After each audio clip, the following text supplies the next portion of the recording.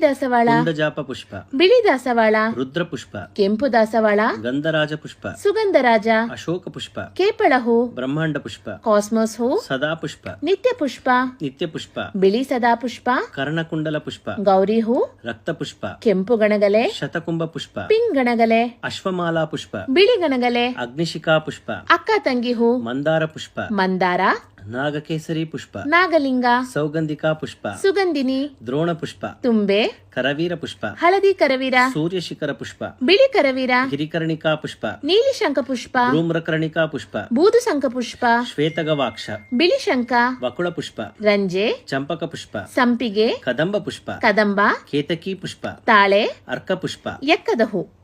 ಸಂಸ್ಕೃತ ಮತ್ತು ನಮ್ಮ ಕನ್ನಡದಲ್ಲಿ ಎಷ್ಟು ಚೆನ್ನಾಗಿದೆ ಅಲ್ವಾ ಈ ಹೂಗಳ ಹೆಸರು. ವ್ರತ, ಪೂಜೆ ಪುನಸ್ಕಾರ ಮಾಡೋ ನಿಮ್ಮ ಆಪ್ತರಿಗೆ ಇದನ್ನ ಶೇರ್ ಮಾಡಲು ಮರಿಬೇಡಿ. ಇದಲ್ಲದೆ ನಿಮ್ಗೆ ತಿಳಿದಿರೋ